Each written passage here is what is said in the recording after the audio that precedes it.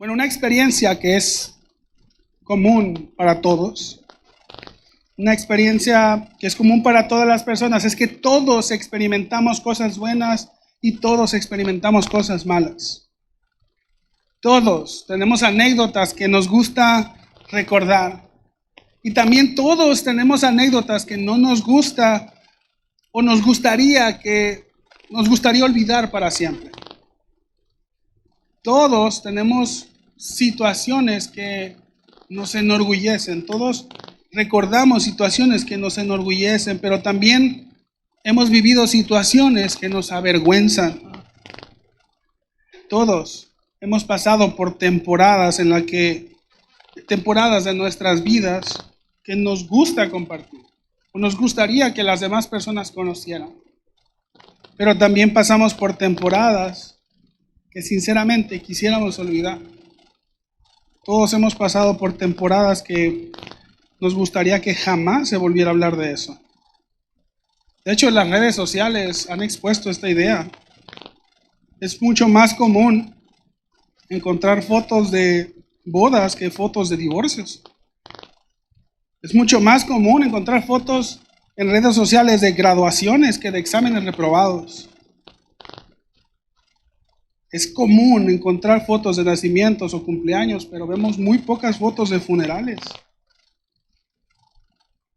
De hecho, en unos días vamos a ver las redes inundadas con fotos de cenas románticas, pero muy pocos pleitos de parejas. Así como hay situaciones buenas y malas, en la vida todos pasamos por situaciones que podemos controlar y situaciones que no podemos controlar. Hay situaciones que están más allá de nuestro control. Pero hay situaciones que tenemos que vivir que son fruto de nuestras acciones. Hay situaciones que vivimos que son fruto de nuestras decisiones y estas son las que más duelen. Por lo regular, las consecuencias de nuestras decisiones son lo que más nos atormentan. No sé si tú recuerdes alguna situación en tu vida que sea fruto de tus decisiones de la cual te arrepientas. No sé si puedes recordar alguna situación que las consecuencias te hayan perjudicado a ti o que hayan perjudicado a tu familia. Sinceramente, yo sí recuerdo varias. Bueno, pues Pablo comienza a narrar su testimonio. Pablo comienza a hablar acerca de sí mismo con un pasaje que parece ser muy oscuro en su vida. Parece ser un pasaje oscuro de la vida de Pablo y seguramente esta temporada con la que Pablo inicia a hablar de su testimonio es una temporada vergonzosa. Pero quiero que recuerdes la razón por la que Pablo comienza a escribir acerca de sí mismo. Pablo quiere argumentar que su testimonio es una evidencia de que su mensaje es el evangelio correcto. Pablo empieza a hablar de sí mismo porque quiere decir con su testimonio que su mensaje es el mensaje revelado por Cristo. Y si Pablo incluye esta parte oscura de su vida, si Pablo incluye esta parte quizás vergonzosa o dolorosa, es porque Pablo entiende que esta temporada de Pablo también forma parte de la historia que Dios está escribiendo en la vida de Pablo. Esta parte de la vida de Pablo es importante en su testimonio. Observa el versículo 13.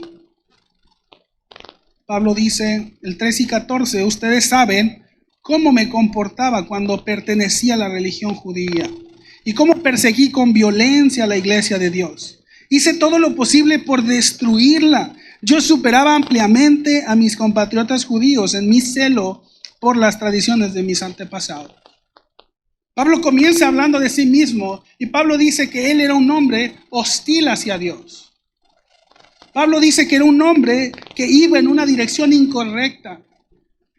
En el versículo 13, Pablo dice que era hostil. Ustedes saben cómo me comportaba cuando pertenecía a la religión judía y cómo perseguí con violencia a la iglesia de Dios. Hice todo lo posible por destruirla. Pablo era hostil hacia Dios. era hostil hacia la iglesia, pero para el Pablo de ahora, el apóstol, el que está escribiendo esto, el Pablo que ahora estaba dispuesto a dar su vida por la iglesia, seguramente le resultaba doloroso recordar lo que antes le hacía la iglesia. Pablo ahora ama a la iglesia, le escribe a la iglesia, sufre dolores de parto por la iglesia.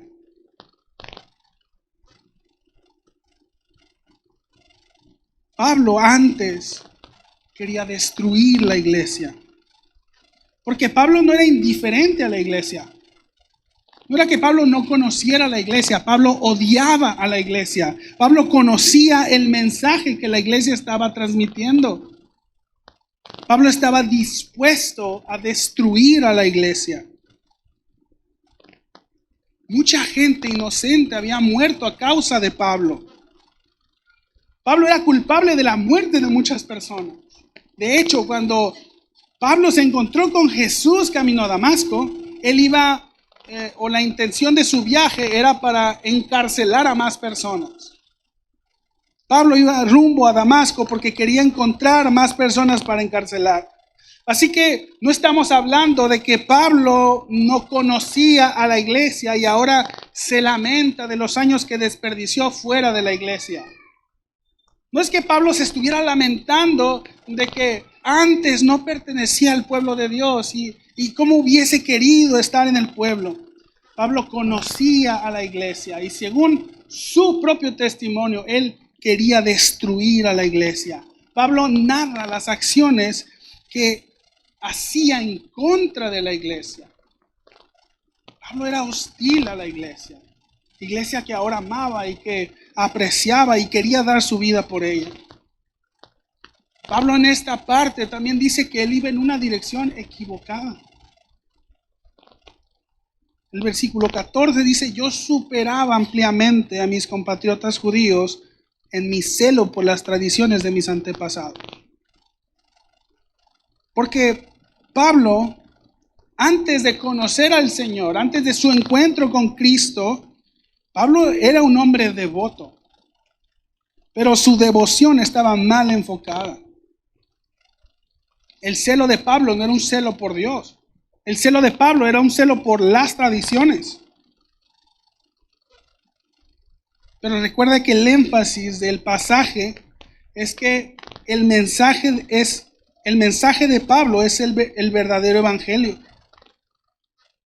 Ahora, el evangelio que Pablo transmitía, él dijo antes que no era producto de la sabiduría humana, que no era el resultado del razonamiento de otra persona, no era la filosofía de alguien más, sino una revelación de Jesús, una revelación directa de Jesús.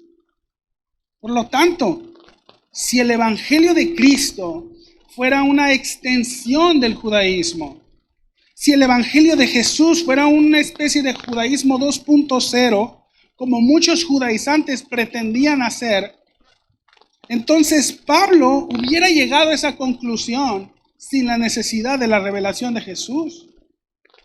Pablo hubiese llegado a la conclusión de los judaizantes, si fuera cierto, Pablo hubiese llegado a la conclusión de los judaizantes mucho antes que los judaizantes, porque Pablo aventajaba. Pablo aventajaba a sus antepasados, a sus compatriotas. Él superaba ampliamente, dice la Nueva Traducción Viviente. Entonces, cuando Pablo tuvo este encuentro con Jesús, su dirección cambió radicalmente. La dirección que Pablo llevaba fue una dirección que cambió. Parece que como si Pablo les estuviera diciendo a los judaizantes, es que yo vengo, a donde ustedes quieren ir, de ahí vengo yo. Pablo sabía, porque él era un judío experto, era un fariseo de fariseos.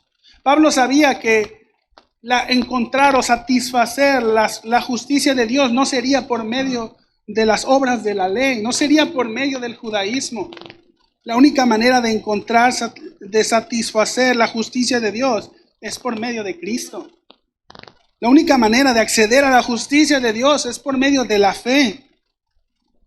no es por medio del judaísmo. Por eso Pablo abandona esa manera de vivir. Pablo cambia radicalmente esa dirección, corrige el rumbo. Ese cambio de dirección de Pablo dejó claro que ahora su mensaje no venía de su antigua manera de vivir. Si el judaísmo fuera el medio por el cual satisfacer la justicia de Dios, Pablo hubiese llegado a esa conclusión, pero Pablo cambió de rumbo y llegó a la conclusión que ahora tenía. Por lo tanto, su mensaje no venía de su vida anterior. Su encuentro con Jesús ahora le había dado un cambio de dirección, pero también le había dado una perspectiva diferente de su antigua manera de vivir.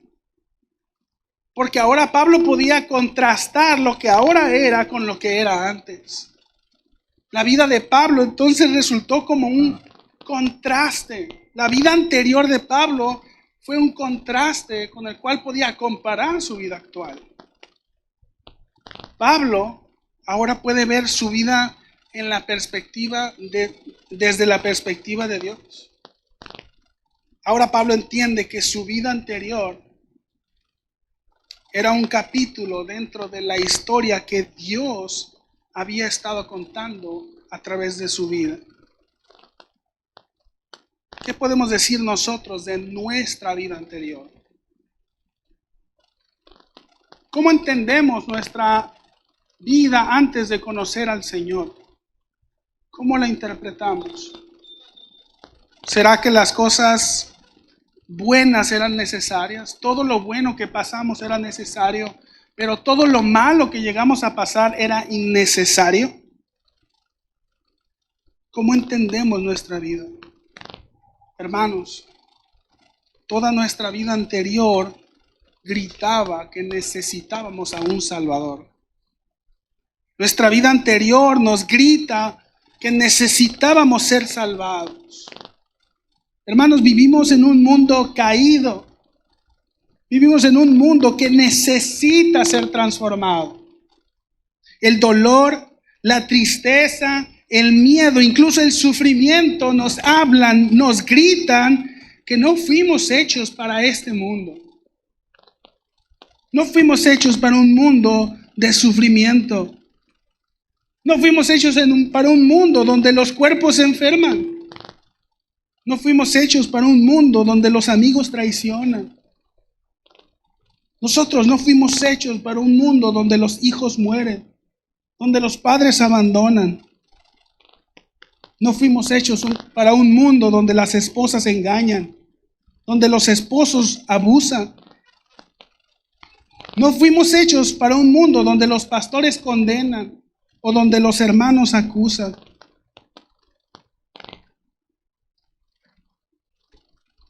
El mundo caído nos grita que necesitamos de un Salvador.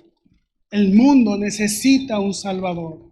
El mundo necesita ser transformados y nuestra vida anterior nos gritaba que necesitábamos ser transformados.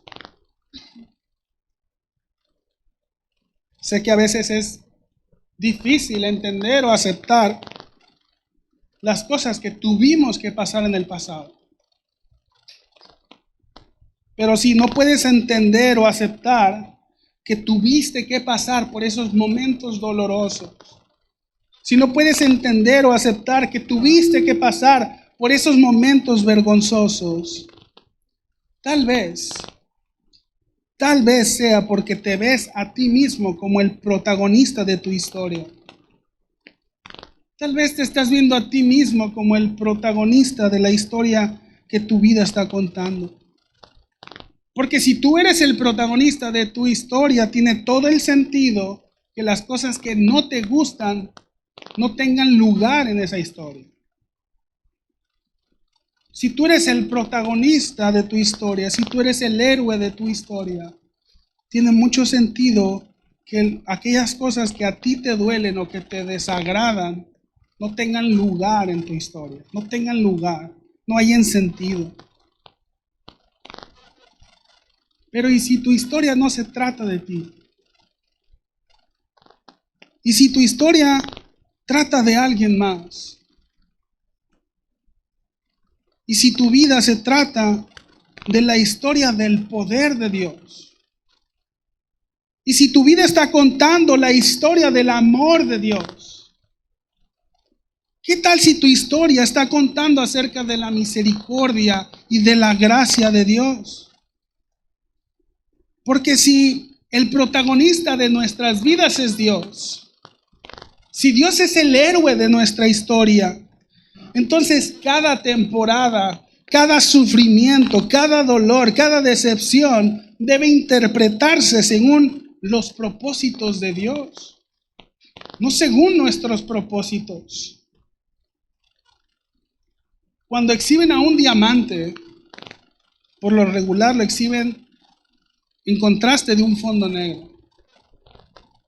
Lo hacen para que los detalles del diamante puedan percibirse, para que puedas ver cada detalle de ese diamante.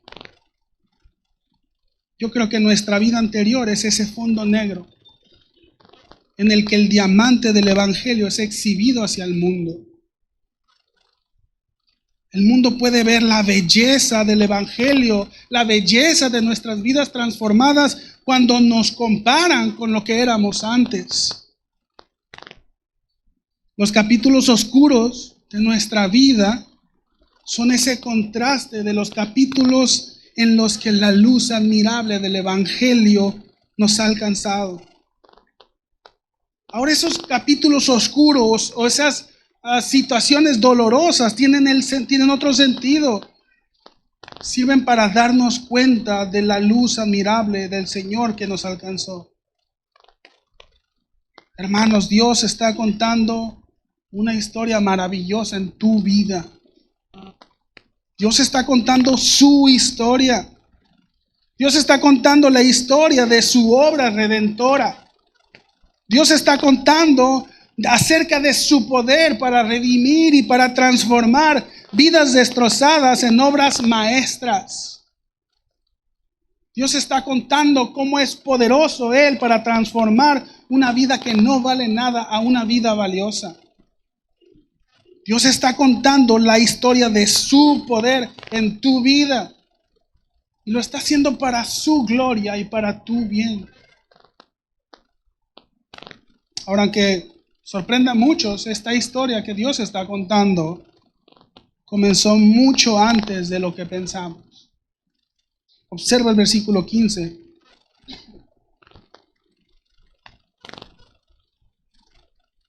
Pero aún antes de que yo naciera, Dios me eligió y me llamó por su gracia maravillosa. Luego le agradó revelarme a su Hijo para que yo proclamara a los gentiles la buena noticia acerca de Jesús. Desde nuestra perspectiva, somos nosotros los que hemos elegido a Dios. Y es verdad. Un día yo decidí seguir al Señor. Un día yo decidí abandonar mi antigua manera de vivir. Un día yo decidí comenzar a seguir las palabras de Jesús. Creo que es correcto decir que nosotros hemos elegido al Señor. Así que creo que es correcto, incluso ortodoxo, poder cantar: he decidido seguir a Cristo, no vuelvo atrás, no vuelvo atrás. Pero aunque es cierto que yo he decidido seguir a Cristo, según las palabras que Pablo está diciendo en este verso, esta no es toda la historia. Mira, los que hemos tenido la oportunidad de criar a un recién nacido,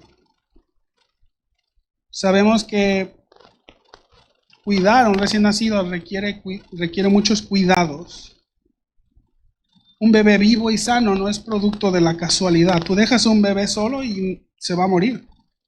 Así que por más descuidados que sean los tutores, alguna clase de cuidado debieron de tener. Un bebé sano no es producto de la casualidad. Pero ninguno de nosotros somos conscientes de los cuidados que alguien tuvo para con nosotros. Si hoy estamos vivos, si hoy somos adultos, si somos jóvenes, si somos ancianos, es porque alguien tuvo que cuidarnos. En algún momento alguien tuvo que cuidar de nosotros. Pero hasta que no vemos nosotros de los esfuerzos que se requieren para cuidar a un bebé, nos damos cuenta de los esfuerzos que alguien tuvo que tener para cuidarnos a nosotros. Creo que de la misma manera, hasta que no vemos o hasta que no leemos en las Escrituras la perspectiva de Dios acerca de esta historia que Él está contando, vamos a entender que si fuimos salvos o que si hoy somos salvos, fue por algo mucho más complejo de lo que nos podemos imaginar. Si hoy somos salvos, es porque la obra de Dios es más compleja que nuestra perspectiva. Va mucho más allá de que yo elegí creer. Es verdad, yo elegí a Dios. Los cristianos elegimos a Dios. Pero también es verdad que fue Dios quien nos eligió primero.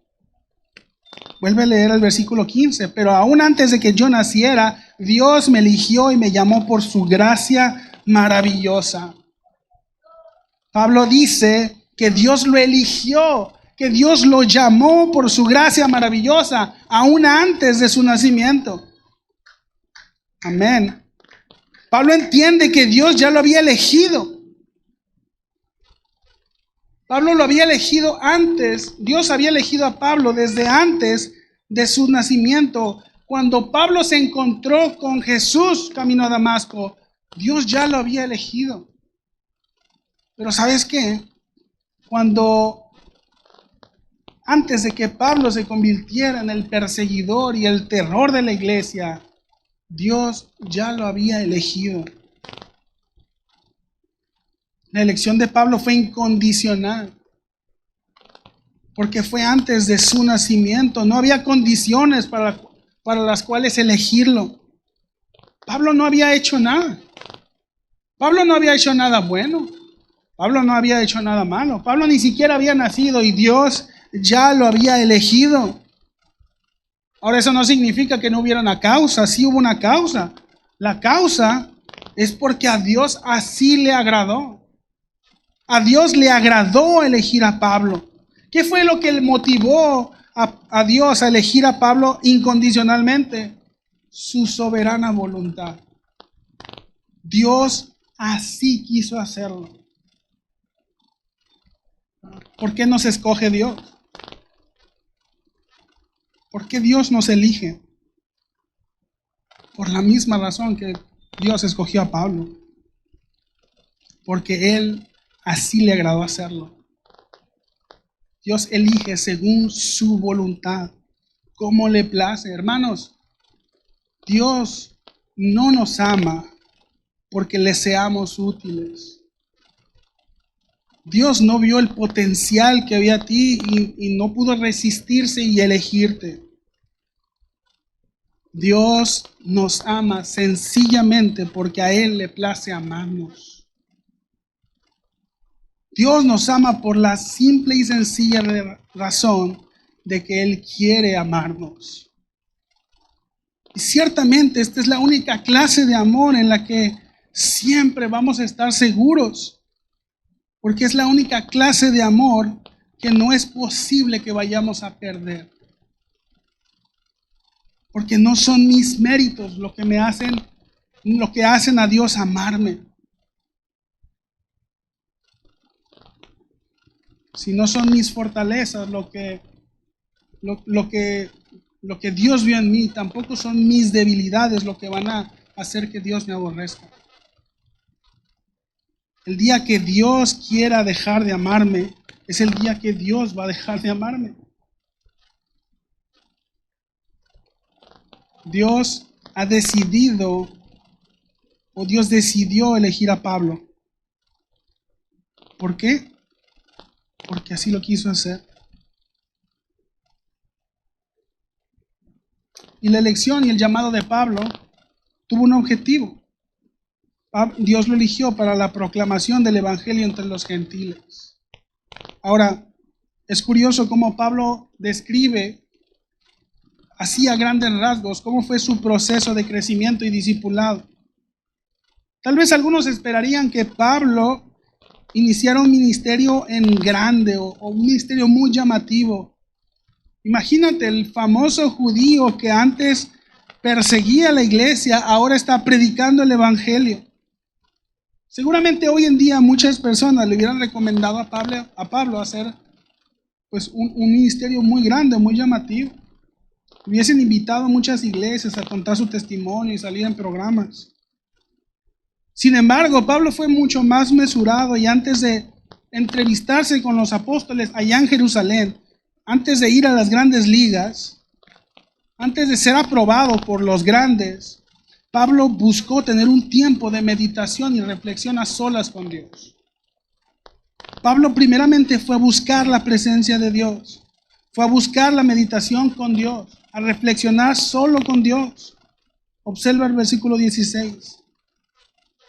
Dice Pablo que cuando esto sucedió, no me apresuré a consultar con ningún ser humano. Tampoco subí a Jerusalén para pedir consejo de los que eran apóstoles antes que yo. En cambio, fui a la región de Arabia y después regresé a la ciudad de Damasco.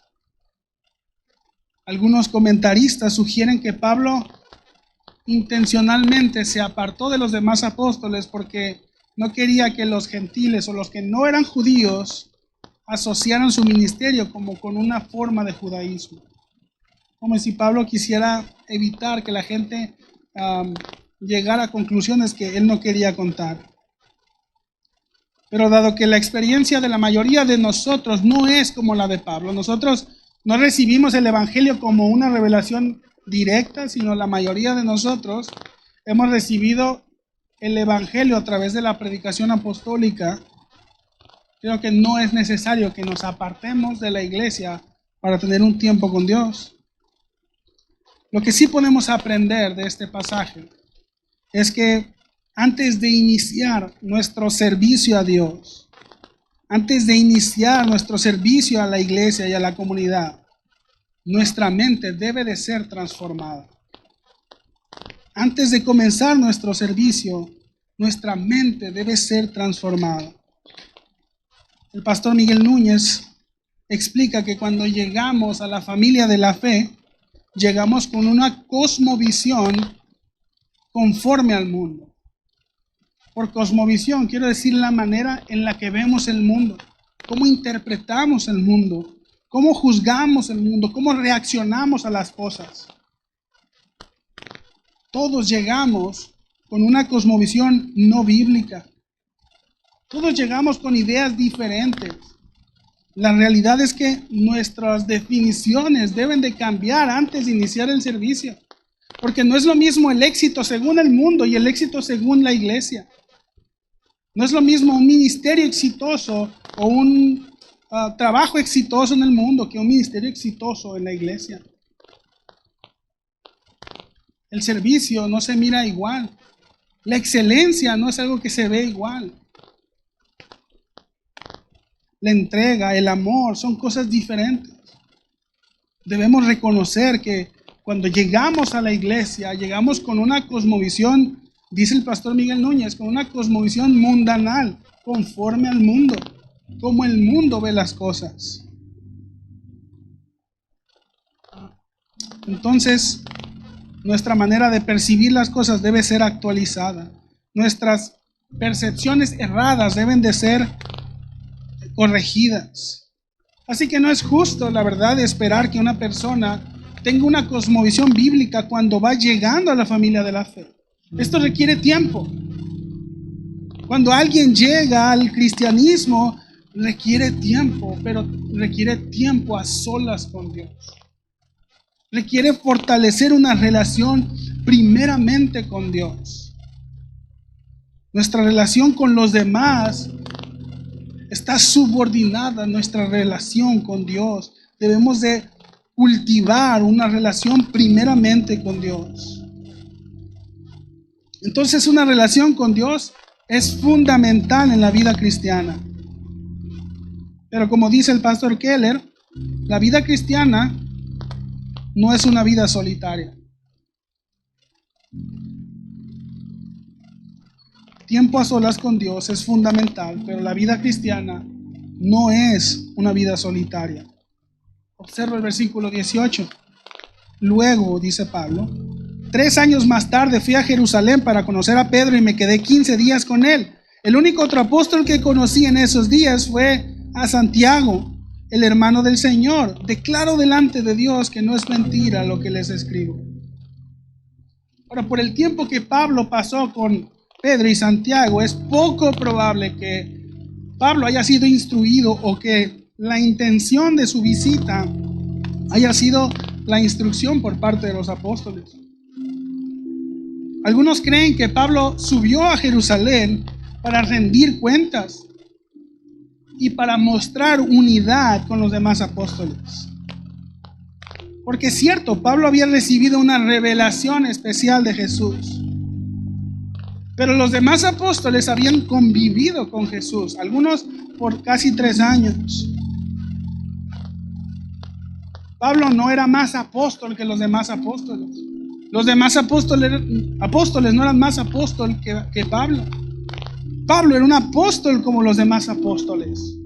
Los demás apóstoles eran apóstoles como Pablo. Así que Pablo no pretendía fundar otra iglesia de Jesucristo aparte de la iglesia apostólica. El ministerio de Pablo o el enfoque de Pablo era edificar la misma iglesia que ellos estaban edificando. Por tanto, Pablo tenía que trabajar en equipo con ellos. Pablo tenía que demostrar que su mensaje realmente coincidía con el de ellos también.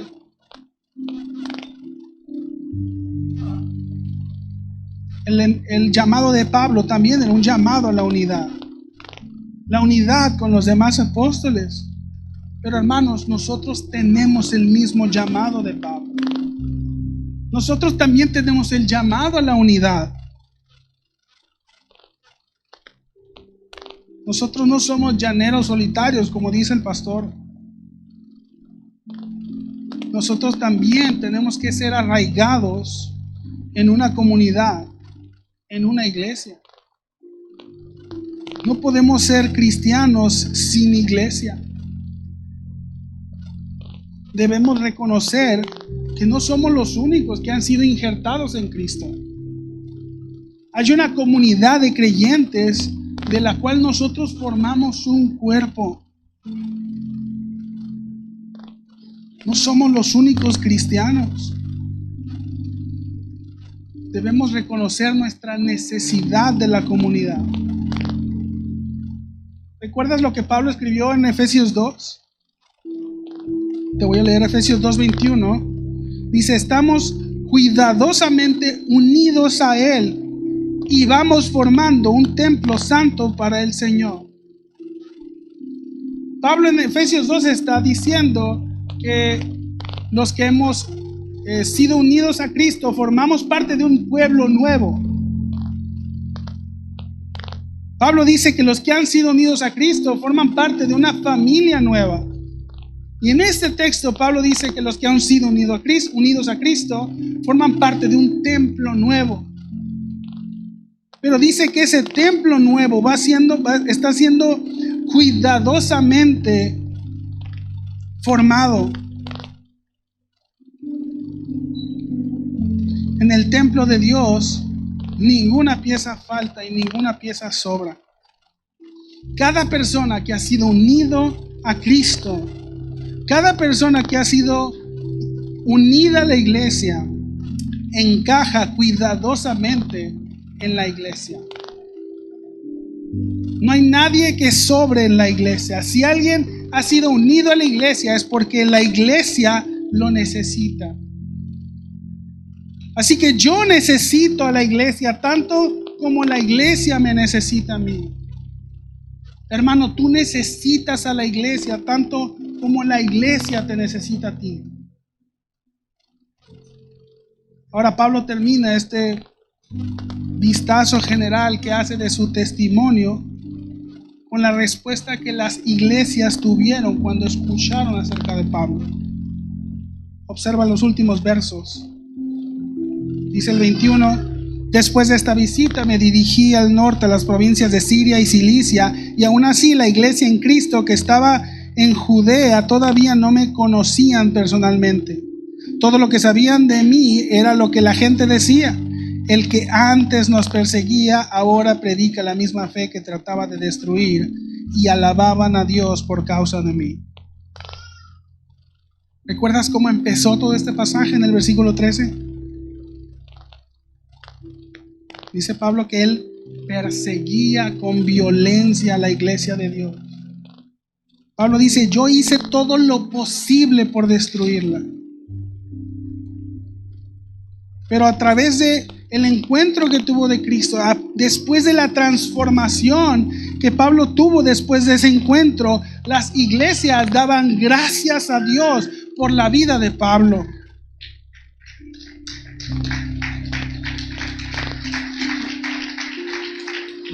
Las iglesias que antes temían a Pablo, ahora alababan a Dios por su vida. El cambio en la vida de Pablo fue confirmado tanto por los apóstoles como por estas iglesias. Ahora recuerda que el mensaje que Pablo está compartiendo, o la razón por la que Pablo está compartiendo su testimonio, es como evidencia de que su mensaje es el evangelio verdadero.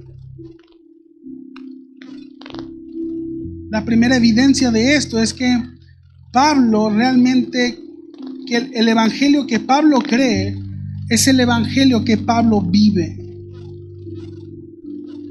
El evangelio que Pablo predica es el evangelio que transformó su propia vida. La primera persona que fue transformada por la predicación de su evangelio fue él mismo. Su evangelio dice que es el evangelio de Cristo porque transformó su propia vida. Hermano, el evangelio que tú crees es el evangelio que vives.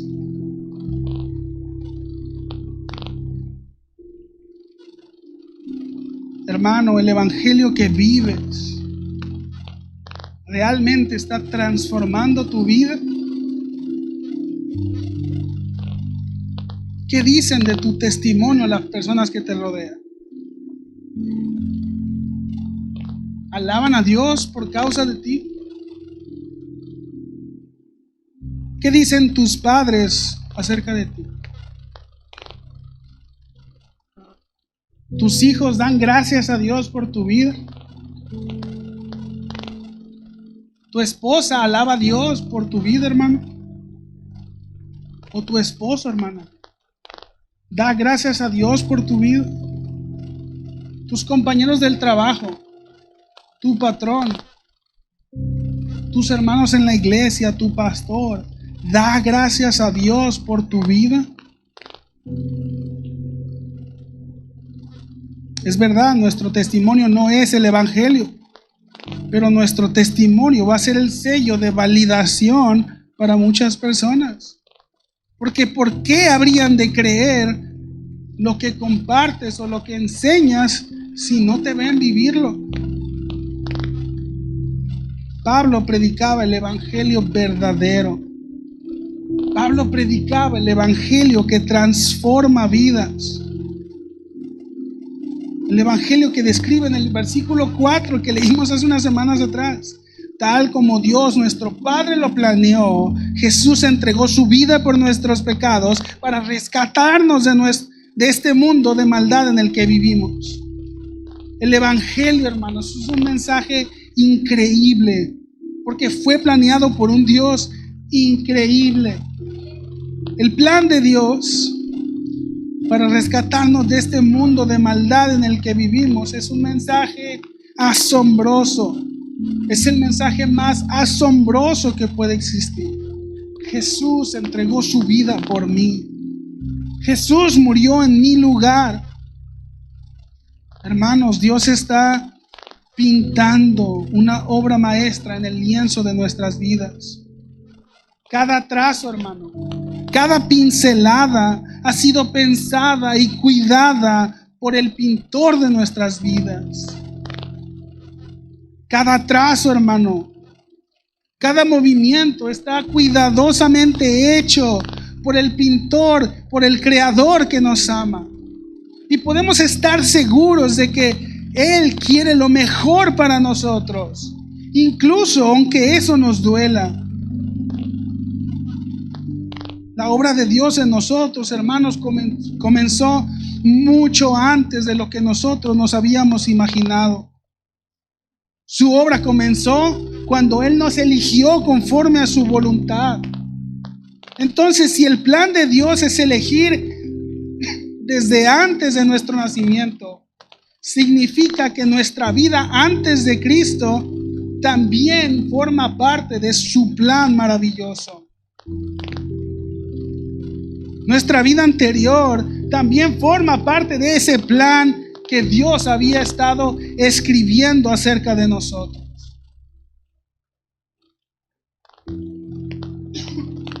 Jackie Hill Perry escribe un libro acerca de su propia vida. Y ella empieza a escribir su vida o su testimonio, su biografía, desde un capítulo cuando cuenta cómo se conocieron sus padres. Y ella dice que su concepción fue producto de una relación de dos personas que no debían tener un hijo. Y su madre lo sabía, porque dice que cuando se enteró, lo primero que su madre hizo fue buscar inmediatamente el aborto. Pero ella cuenta que su madre sí quería tener un hijo, pero no lo quería tener un hijo en esas condiciones.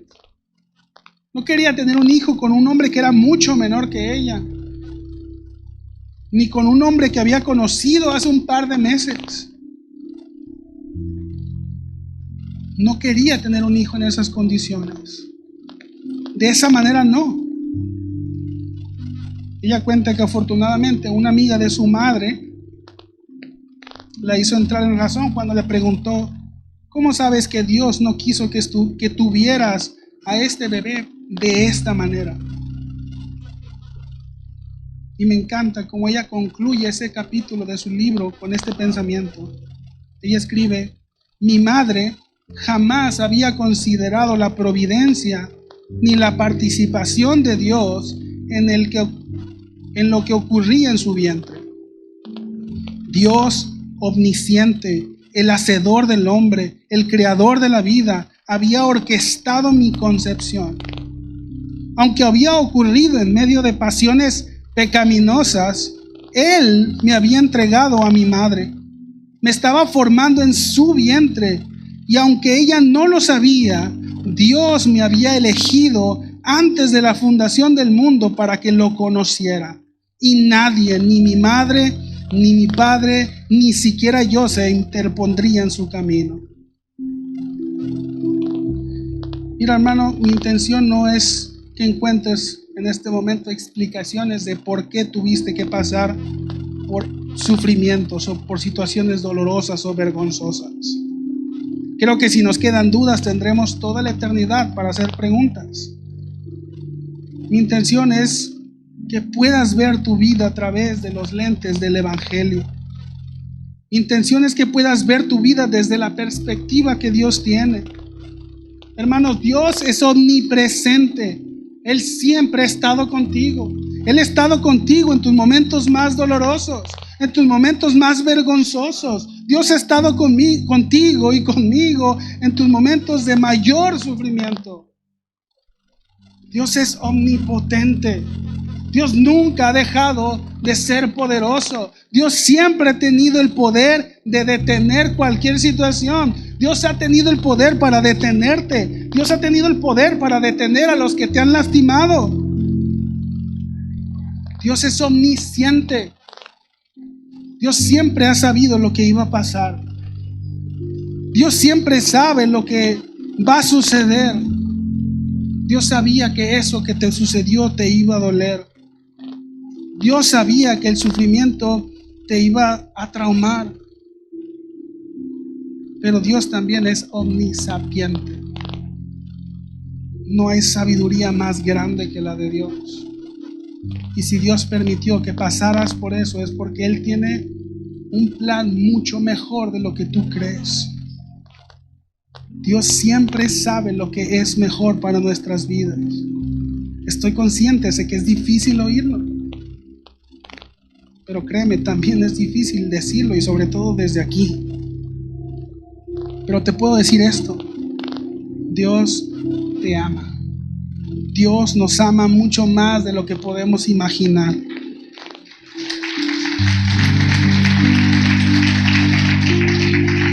Su amor no tiene límites, hermano. Nosotros somos su pueblo escogido. Así que no creas esa mentira de que Dios no se preocupa por ti. No creas que Dios no se preocupó por ti. Dios está interesado en ti y en tu felicidad. Dios sabe lo que te va a hacer feliz, incluso mejor que tú.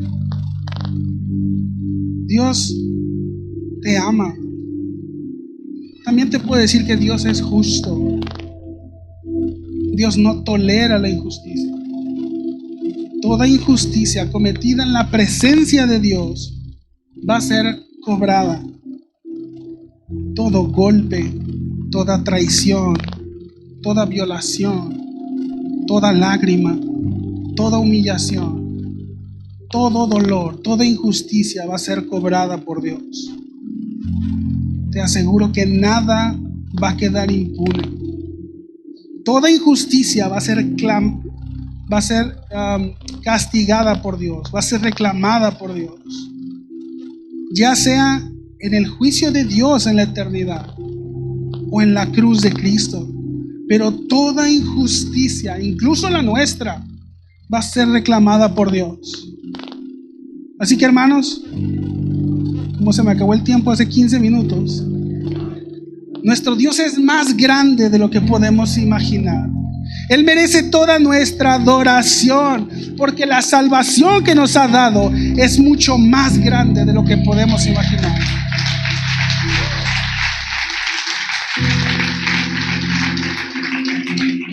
Termino con esta frase del pastor Timothy Keller. El Evangelio nos da un par de lentes a través de los cuales podemos repasar nuestras propias vidas y ver a Dios preparándonos y formándonos incluso a través de nuestros propios fracasos, incluso a través de nuestros pecados, para volvernos instrumentos de su gracia en este mundo.